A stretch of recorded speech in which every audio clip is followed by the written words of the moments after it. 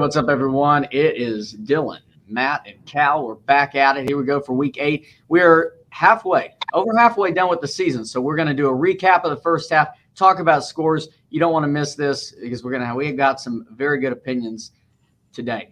Dylan, take us away. What do we got? All right, so we're gonna go over last week's matchups first. It's the first matchup. We'll save that matchup for last, actually. So I'll go over this. The first matchup we'll save for last is myself and Trevor came out of the wire. But the first matchup we would look at was Matt versus Drew last week. That one also came down to the wire, I guess you could say. Derrick Henry did not really perform, but Metcalf got lucky. Is all I'm going to say.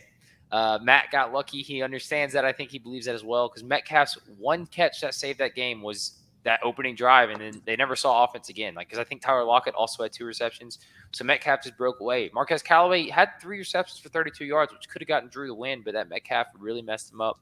And that Seattle defense with that fumble recovery also helped Matt there. But as we saw, Matt continues to stay undefeated, luckily, and then Drew just is continuing to falter. But Matt, what do you think about this matchup between Cal and Mason last week? Yeah, let me pull that up real quick. This one was already from the beginning for Cal. You know, it was tough. Your whole team was on bye. This was a tough matchup. But honestly, I was watching this. I was at a wedding. I'm watching the scores, and I'm thinking, oh, my gosh, projection-wise, Caleb might pull this off. Both teams were sucking so bad in this game. But it did not happen. And then Miles Sanders was carted off the field or, was out of the game. Team didn't perform at all for Caleb. Sorry, Cal. Matt Ryan was your highest player at 17. But for Mason, Patty Mahomes wasn't good. Patty Mahomes got not concussion protocol. He was out of the game.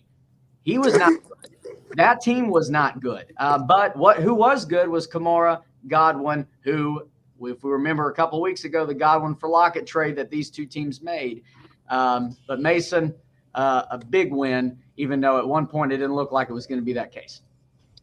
Yep. And so, Cal, why don't you lead us off that next big blowout between Bryce and Connor McClain? Bryce has had the worst injury history I've ever. Oh, Connor lost. Yeah, it was a blowout. Connor, have anybody on by? He's got Darren Waller and Justin Jefferson. And he got Bryce. I got nothing. Well, I will say DeAndre Swift isn't on this team anymore. Oh gosh. Yeah. I thought I had a bad. Was I still the lowest score? I was still the lowest score. I have nothing to say. I lost to a team that had 2 people put up double digits and with 1 negative. Connor did have Swift, so Swift was playing. Waller was out. Jefferson was on bye. Yep. Hey, shout out to Connor. He made the exact same trades he made last year. He now has Christian McCaffrey and what's his name from the Browns, Nick Chubb. He's got both of them. Those 2 guys led him to a runner-up last year. Let's see if they'll lead him to the playoffs this year. And just like Bryce blew over him, let's blow past this matchup. All right, so then Isaac and Connor Boydston then. It was honestly not quite as close as I thought it would come down to. We had some late matchups. Joe Burrow had a good game. Really good game out of Mike Evans. Mike Evans did not really put up production, I guess you could say. 6 receptions for 76 yards is not bad. But those 3 touchdowns just helped him solidify that win against Connor Boydston. And Isaac's team maybe wanted to come back from the dead a little bit, as he's been dead the past couple of weeks. Connor Boydston, had a good team up and down. He still had some good numbers put up. 136 is not a bad score. Mike Davis, his flex really let him down a little bit. AJ Green is still putting up AJ Green type numbers for where he's at in his career, and we'll see where it can go. And Daniel Carlson probably beat himself in fantasy football again with 9 points. But then the last matchup really to go over for this week. What do you guys think about was my matchup and Trevor's matchup? I'll stay out of this one. Trevor has been the second highest scoring team 3 weeks now. He has lost all 3 weeks. He has played the highest scoring team as he's been the second. I'm making an executive decision. The unlucky award is now over. Trevor has officially won the unlucky. I don't care what happens the rest of the season. Trevor wins that. He gets the whatever it is, $5, $10 for that award. I'm overriding everybody. To be the second highest scoring team 3 weeks and to lose all 3, I'm sorry. But that's tough right there for Trevor. And on the counter side for Dylan, again, look, we all need to start listening to this guy. He said, Yeah. he's never going to lose. And what has he done? He's rolled out 5 straight. This guy, as much as he drives us crazy for his fantasy trades that seem like for anyone else it would go south, it goes better for him. This guy knows he's 5-2, and he is a force. Dylan is a force. Again, Trevor, I feel bad for you, man. You will get that 3rd win. It is happening. Come on, man. We're pulling for you. We say whatever week it'll happen. It might happen one week. Trevor asked also this week how to win a fantasy football game. I think he knows how to win a game. It's just the gods don't know how to give him a win. So next we'll really roll back into this real quick before we go into next week's stuff. So I have a few little things that show up. First of all, as this comes up on the screen, this is the schedule comparisons. So like you can pull this up on Fantasy Football Hub, just input our ID. So for up top, as you can see, like everyone's schedule is in gray, like your actual schedule. But for example, Trevor, if he played, or Drew, if he played Trevor's schedule, even as tough as Trevor's been, he'd be 0-7, so he'd be without a win. You look over, Drew would be 4-3 in Matt's schedule. I'm not saying Matt hasn't scored the most points because he has, but like Drew really has one over 500 schedule that'd be against Matt. But then you look at teams like Matt, where Matt then has a winning record in every schedule he faces. Or myself, I have a winning record in every schedule other than Isaac and Connor. So as you can see, a lot of schedules come into play, but it's honestly pretty even with a lot of the guys' schedules. No one's absolutely absurd. So far, it's pretty close, but it looks like Matt may have had the easiest schedule so far. Not to say he wouldn't have won a lot of those games anyways with his high scores. And then it looks like probably the toughest schedule is going to go to Trevor. Still, maybe Drew or Trevor. Yeah, Trevor. Yeah, it will go to Trevor. It looks like. Even though Drew Everybody would have a losing record if they had Trevor's. Yep, except for myself and Matt. Would be 4-3. Yep, we both be 4-3, but Drew would be 0-7. Then you look down here. This is weekly records versus all teams. So in week 1, this is your records. So for example, Connor Cookie Down Baby Daddies, Connor Boydston would be 0-9 in week 1, while Isaac would have been 9-0 in week 1. You look through all this stuff. So overall, against all records, Trevor is actually tied with Matt for 41-22 against all weeks against all their players. Then you look down at Drew at the bottom, who would be 18-45 against all other teams. So that kind of shows a little bit more that even though Matt might have had an easier schedule, he'd still be 41-22 up there at the top. So he's still outscored his opponents. Right there around that is 38-25 me. Then you have Mason, who's 30-33 against all records, which proves he probably had a pretty easy schedule himself. So you just look around at this stuff, look through the weeks. The next thing we're going to pull up is our power rankings. Let me pull this up to the full screen real quick. This is our power rankings now, as of now, for Matt, myself, and Caleb. There's only one really change. Cal put myself above Matt. I think he just thinks at this current moment my team's hotter is what I can say on that. My only thing is I think the middle of it, where you see that Connor Boydson, that Trevor area, even though Matt still has Trevor pretty low, all that area is still pretty different. But what do you guys think on your power rankings here? I think Matt went chalk with ESPN's rankings. Yeah, I mean, I went based on standings. That's how I did my power rankings. The only switch when those teams had the same record, I moved Isaac above Bryce. I could have put Trevor higher too, but I'm looking at the record and looking at how they're doing on the season so far. But I could have put Trevor higher. I'll admit that. But that's how I feel with my record. Cal, any updates on your bracket, your standings, really? Hello? Cal, any updates on your standings, really, Cal? What? Oh, sorry, I cut out. You put Connor twice, but Connor would be my 9th team. Okay, Connor. Yep, but we both. Hey, you're right. Dylan's been the highest scoring team however many weeks in a row. Matt is still winning, but he's winning off of some easier matchups the past few weeks. So as of this date, I like Dylan's team the best so far. Currently, I've been the highest scoring team every week, but I've been in the 1 and 2. I think Mason had that big 180-point game. Matt had that 160 over me. I do have the lowest floor so far, or the highest floor. So I've had the lowest score amongst all teams, and then the lowest ceiling, I believe, is then Drew with I think 4 points. That's his highest score he scored all season 4. But I think I want to add to that real quick on the highest points for the week. I think weeks 2 through 4, I was the highest scoring week. Those 3 straight. Mason had it for a few, and then Dylan. So I'm just gonna, I just want to throw that out there. I had it for 3 straight weeks. Matt did have it for 3 It is. straight That was weeks. early. That's why you're number one earlier. But Matt's Dylan's still got undefeated, the though, at this Well, point. and So, that's fine. I'm just throwing that out there for you, Cal. yeah, and you look at the Cardinals in the NFL. Cardinals had to itch some out. They barely itched one out against the Vikings. Maybe that's equivalent to Matt this week. Maybe Matt's win over me is equivalent to that. But they're 7-0, just like Cardinals 7-0, Matt's 7-0. Then we can go ahead, and you guys have anything else really to push on that real quick, or we just go into next week's matchups? Well, are we talk about kind of surprises, or are we doing that after the matchups? Let's go and talk about some surprises. How do you guys feel? Let's talk. I'll put you up, Matt. We can start with you. I'll put you up first. Well, I mean, look, I think everyone's surprised about my team, including myself. I didn't think 7-0 would even be in the equation, but I'm sure Caleb or you will talk about that maybe. Let's talk about some of the surprises, though. Again, Isaac's team, as we thought was going to be so dominant, but then CMC, his injury really set him down. I will tell you, I'm a little shocked, and maybe not as shocked after a week 1 playing him, but that Cookie Town Baby Daddies is 3-4.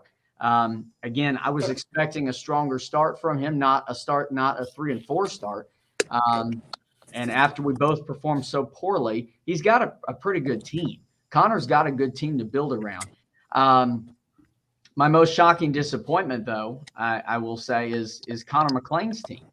And I look at that as some of the trades that he's made, that I know he got Justin Jefferson because he needed wide receivers. But then he also sent Patty Mahomes out, which at this point may have actually been okay, seeing how that affected for Mason. He's got good running backs. He made a trade today for Keenan Allen, but Darren Waller has been a disappointment, pretty much. You're not up to par as we saw last year. But, when you're starting like Robbie Anderson, Darnell Mooney, you got to get help. And I know he did. He got Sanders and Keenan Allen to help him, but Connor McLean's team has been the biggest disappointment in the first half of the season. A guy who was runner-up, who's 2-5 now in the halfway point. He's in trouble. When you've got Drew right behind you, knocking on the door, Trevor right there, I want to see how Connor's going to respond in the second half, because I think his team has completely been jumbled around too much. I don't like it. And Cal, any really surprises you have yourself? My biggest surprise is something that shouldn't be a surprise. Trevor only has 2 wins. Nobody would be shocked by that right now. But the fact that he scored, the second, third highest scoring team with that record, that's my biggest shock. That Trevor has put together a good fantasy team and is still 2-5. The first 2 years, he didn't have a good team. This year, he's got one of the best rosters in the league, and he's still 2-5. That's my biggest surprise, how good Trevor's roster is and that it still leads to the same record. And also, I'll point out at Matt, literally, there's no reason Matt's team should be good. He came out of the draft. Yeah, I had a bad draft. Wish I'd have done a better strategy, yada, yada, yada. Then everybody he picks decides to have the career seasons. Who is this?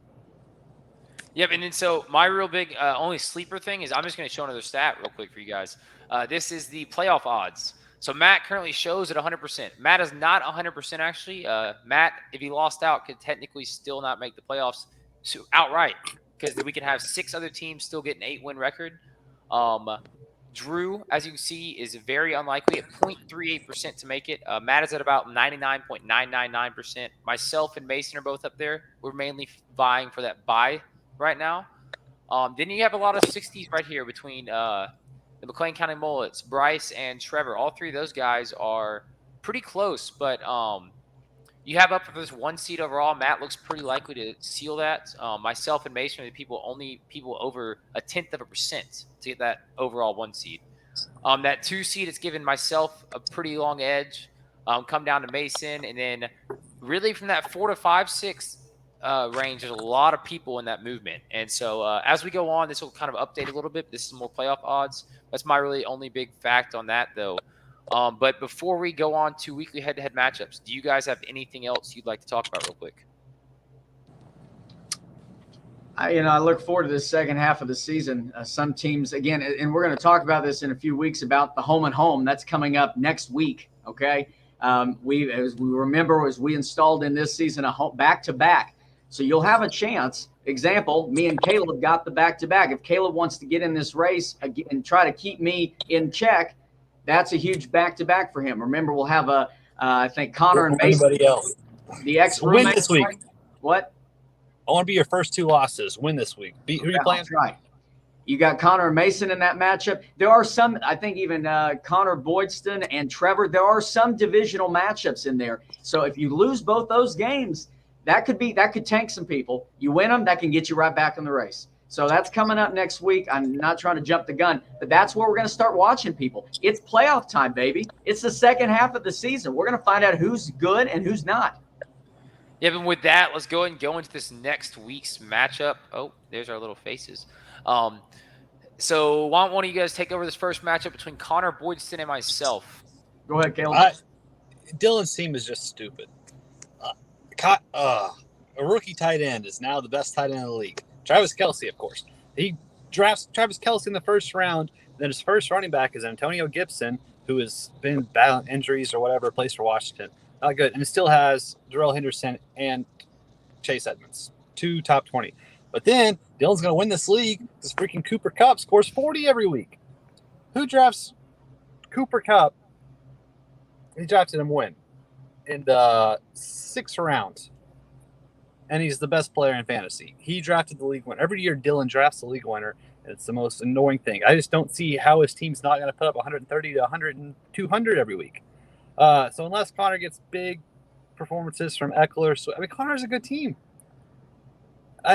You look at Connor's, like, that's a dang good roster. And you look at Dylan's, it's, oh my goodness. But I do like Connor's matchups this week. So I'm going to go with the upset. Give me CBD over Dylan as the highest scoring game of the week, that maybe Chase Edmonds and Deebo Samuel and Pitts kind of come back to earth. This is maybe a Calvin Ridley game, we hope. I just don't see Dylan's team busting. So, but Connor's got a breakout lineup too. I think it's a 50-50 game. I'm going with the CBD baby daddies. Yeah, my picks myself. Matt, who are you picking? And then I'll go on to the next matchup. Yeah, I'm picking you, Dylan. Yep. All right. Next matchup, I will go over. Or actually, Matt, go over this one. I'll go over the next one. Yeah, this one again, you feel bad for Bryce. I mean, some bye weeks, some injuries. Again, also Devonta Adams too. This one's just not a good matchup for Bryce. You really hope Adam Thielen pops off, and this isn't a Justin Jefferson game. That's where Bryce is really going to hope Thielen is going to pop off. Even A.J. Brown, Tennessee, it's running through Derrick Henry, right? Julio Jones, A.J. Brown are not putting up what you would want if you have them. On the other side, Mason, Kamara, man, what a deal. Godwin, who we got, CeeDee Lamb. Mason's got some really good pieces. We'll see which Mahomes shows up, but I like Mason way too much. I feel bad for Bryce's team with, like Caleb mentioned earlier, with the injuries, but I don't see Bryce winning this matchup. I'm going all in on Mace. Yeah, I just fully think it's a Mason win. I just don't like Bryce's roster setup this week, which probably means he will win, but I'm gonna have to go Mason as well. Yeah, it hurts when your 3 best players are injured, so I'm gonna go with Mason as well. Yep, and then so I'll go into this next matchup. We have Isaac and Matt. Have y'all played already this year, Matt? No. Nope. All right, so we have Isaac and Matt. This matchup, as you can see, Matt's favored right now, really, I guess you could say, but that doesn't really affect much. A lot of Matt's players are overperforming what their expectations are, I'd say. You have that DJ Moore and Brandon Cooks, Justin Herbert, who is already supposed to be pretty good, but he's overperforming. Derrick Henry is overperforming his insane expectations. Chuba Hubbard, I do not think CMC's back this week. Is there any update on that yet? He's not. Okay, yep. So, but we saw a down week from Moore and Cooks 2 weeks back, maybe last week, whatever week it was. They bounced back a little bit. On the other side, you do have Jerry Jeudy back this week while you're starting Noah Fant and Courtland Sutton. Could that change something? I don't know. It wasn't an ankle injury. Ankle injuries can be hard to come back from 4 receivers. You also have Zeke, who's had a Zeke-like year. James Robinson has picked it up a little bit. Joe Burrow, who, if he decides to slide, might survive this season, or he might literally die. I haven't decided yet. Mike Evans doesn't really have a lot of catch upside, but he does have that red zone target share. You have D-Hop over there. I like this matchup this week. I'm going to go with Matt just on chalk. I don't really want to necessarily pick a team here, but that's my big thing. What are your guys' picks? Yeah, I'm leaning towards Matt just because much I love Denver, having 2 pass catchers for Denver with Jerry Jeudy coming back. could be big time bust territory. Everybody else, they match up evenly, but having Carolina playing Atlanta, that should be big days for Chuba and DJ Moore, and then DK's playing Jacksonville, and Justin Herbert going against New England. I think Matt's got good matchups. And then the biggest key of them all, I guess, just get the number one defense in the league every year, and that's will help win a championship. Buffalo going against Miami, that should be another extra double digits, which just adds to his arsenal. Matt's defense and kicker have been his most under players on his team. I want to go look at the stats, but he has got to have the most points between his kicker and defense each week. He's averaging 22 points between his kicker and defense each week, and that's a big reason why he's 7-0. That's a big advantage to have. And so, Matt, I'm assuming you're taking Isaac here? Yes. All right, and Matt will take Isaac. So, Matt, lead us into this next matchup. We have Drew and Cal. Yeah, well, this one, ESPN projections, is close. Let's break it down. So Caleb getting his team back. Same for Isaac. Caleb, Dak, Cook, and Najee. Well, that's a good trio right there, and that'll get them a lot of points. We'll get to see that Sunday night matchup between Dak and Dalvin. Tyler Lockett. Okay, here we go. This is not looking good with Geno under center. So I guess. When is Wilson coming back? Do we know? Do we have a date? It should be. It was a 4-week weeks. minimum. What I've heard so far is that as Russell Wilson doesn't miss many games, it is likely to be back in 4 weeks, but it can go 6 to 8 weeks. Okay. We'll watch that matchup. I know Cal, with Calvin Ridley, Jerry Jeudy, you want to see them have some good games with Jeudy coming back. On the opposite end for Drew, again, as I've said every week, Allen and Diggs are going to need to pop off if Drew wants to have any shot. But he does have Joe Mixon. Michael Carter, I think, had like 12 points last week. Okay, that's okay. Again, he's going to need his team to really exceed expectations if he wants to have a shot in this. I'm going to lean Cal, but if Allen and Diggs pop off, we'll see how close Drew can keep it if he's got a shot. I want to just check real quick. Are both of you guys done Sunday? Do we have any Monday night games? I don't see. They are both done Sunday. The last game is that Sunday night game between Dak and Dalvin. Actually, every game will be played at noon outside of Marvin Jones Jr. for Drew. Okay. So Cal will know very early on what he needs from Dak and Dalvin. If he's even down, he may even have a lead at that point. I hope so. I need a win. I'm gonna actually take Drew here, which is honestly kind of surprising. You take Drew as well, Cal. Just take him. No, I'm taking myself. All right, voting for me. My big thing on this is Judy's coming back. They have what? Teddy's their QB still. He's starting this week. Yep. And he's kind of made some favorite targets there with Cortland Sutton coming out. Noah Fant looked a little bit better lately. TJ Hawkinson's been down lately. It is Detroit against the Eagles. I don't know if it's going to be a high-scoring or low-scoring game. Detroit's better than their 0-7 record. I don't know. Tyler Lockett, I do not see scoring points. Has Kyle Pitts taken that Calvin Ridley job? Najee's going to put up points. Dalvin Cook should put up points. I like all the matchups. I don't really like anything necessarily as good players on Drew's side is the thing. The thing I just think is he has some few massive games, notably between Stephon and Josh Allen against Miami, where they won 35-0 last time.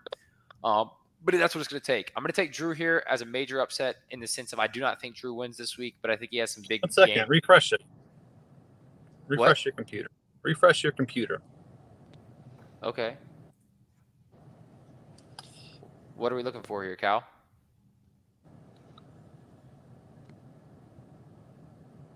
Just wait. There we go. That is my team. You liked it to be your okay. We now have Kenneth Gainwell instead of Tyler Lockett. I'm definitely giving the edge to Drew now because Tyler Lockett was one of those boom or bust players. But I still think it's just going to take a lot of big performances. But I'll go into this next matchup real quick. We have Trevor versus Connor McClain. Or sorry, Matt, who's your pick on that last game? Caleb. Okay, Caleb. And then so this last matchup, we have a 2-5, a strong running recently, Trevor versus Connor McClain. Tyreek Hill, will he ever return to his wide receiver 1 form? On the other side, will Keenan Allen play as a wide receiver 1? We do have Tommy Sweeney over there for McClain. He's not playing a defense. It looks like Jacoby Myers is a good pickup. Is Nick Chubb back this week? Who knows? There's a lot of people out in Green Bay tonight. Aaron Jones could be that big guy. Jamar Chase has been one of the best rookies we've seen in years.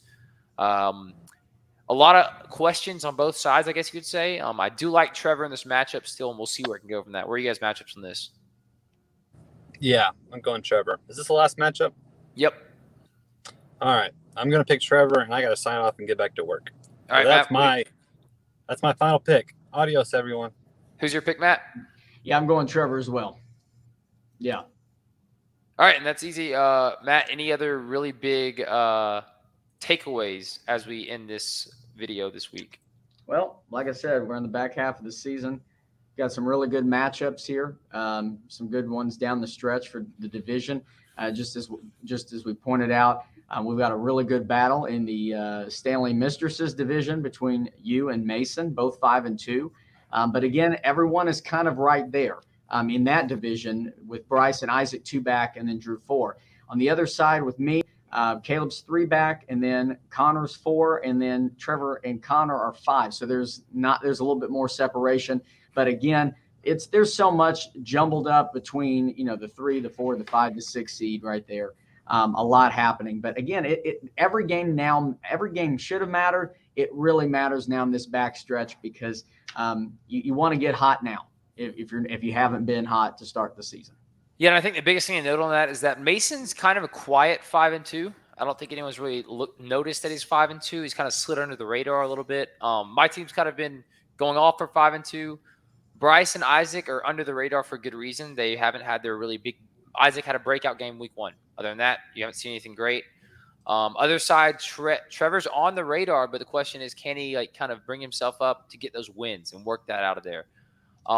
Cal's team is just average, like he said. It's playing pretty average. Your team's 7-0. It could be 6-1, could be 5-2. Really, but it's scored a lot of points, and I did regain the second most points scored in the league now. Third we have is Trevor, so that is a notable thing. And Matt is the only one not to break the 800 mark in points allowed. While you do have a new taker in most points allowed, that is Trevor. He has allowed 960 points now, which sucks to see for him. Matt is, as I said, undefeated. I am 4-0 on the road. I don't like home games apparently, as I am 1-2 at home.